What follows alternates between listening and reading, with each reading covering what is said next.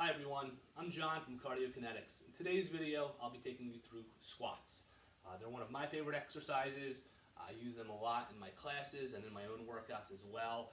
I think squats have a lot of bang for their buck. Not only do they target most of the muscles in our lower half, they can help improve mobility in our hips, knees, ankles, and whatever your goals may be, whether you're looking to burn fat, increase muscle, get a little stronger, or just feel better, squats are definitely an exercise that should be in your arsenal. From a baseline standpoint, squats with just our body weight is a good place to start. The way I generally will coach squats is I'll tell people to get into about a hip width stance, keep your feet flat, break at the knees, and then just drop straight down. All right, I'll show you from the side.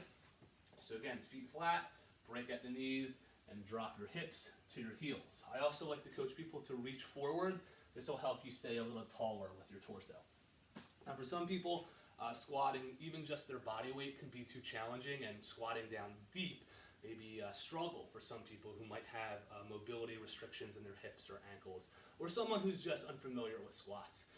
So the one way we can regress squats is by adding a bench or a box or a chair, something that we can squat down to each and every rep. A lot of times I'll even tell people to start from a seated position. Again, everything should stay the same. Feet are about hip width apart, they're flat. I'm going to stay nice and tall, reach forward, and then from here I'm just going to stand straight up and return right back down to that seated position. So obviously I can't go all the way down, I'm restricted by the bench, but for someone just starting off, they may need that. They may need a little bit of restriction in their range of motion. Over time, the goal would be to reduce the height of your bench, box, whatever it is you're using, so that we can squat a little bit deeper over time. A full range of motion is what we're looking for when we're squatting.